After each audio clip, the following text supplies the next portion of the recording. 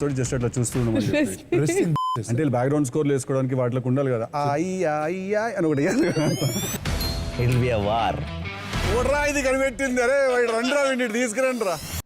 ఇవాళ అక్రమ బియ్యాన్ని అక్రమ రవాణాని సాక్షాత్తు అడ్డుకున్న మాట వాస్తవం. ఈరోజు అక్కడ చెక్ పోస్టులు లాంటివి పెట్టి వ్యవస్థల్ని ఇది చాలా స్ట్రెంగ్తన్ చేసామనే మాట వాస్తవం. అయినా సరే ఇప్పుడు ఇది కొత్త బియ్యం రాలే, ప్రభుత్వం దగ్గర ఉన్న బియ్యాన్ని మళ్ళీ షిప్కి ఇచ్చారు వాళ్ళు. ఇది అందులో మనం అర్థం చేసుకోవాల్సింది. ఆల్రెడీ సార్ ఇప్పుడు ప్రభుత్వం దగ్గర ఉన్న బియ్యాన్ని షిప్కి ఇచ్చారు. సో దీన్ని బట్టి మనం అర్థం చేసుకోవాల్సింది ఏంటంటే సిస్టంలో ఉన్న లోపాలని సరిచేయడానికి రాష్ట్ర ప్రభుత్వం తక్షణమే చర్యలు తీసుకోవాలి. నాకు తెలిసి కాకినాడ 2 పోర్టులు ఉన్నాయి. ఒకటి యాంకరేజ్ పోర్టు, రెండోది కాకినాడ సీ పోర్టు.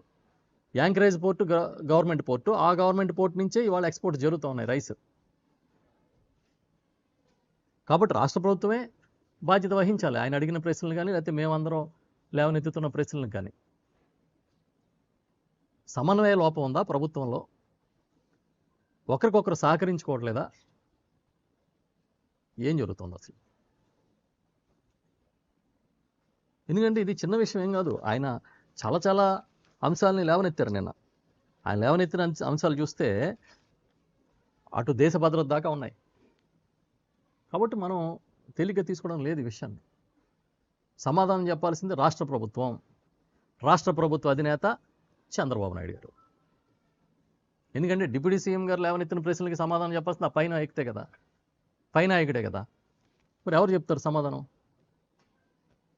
నిజంగా కాకినాడ పోర్టు అంత అభద్రతతో ఉంటే, కాకినాడ పోర్టుకి కానీ అరాచక శక్తులు వచ్చే అవకాశాలే ఉంటే కేంద్ర రాష్ట్ర ప్రభుత్వాలు బాధ్యత వహించాలి.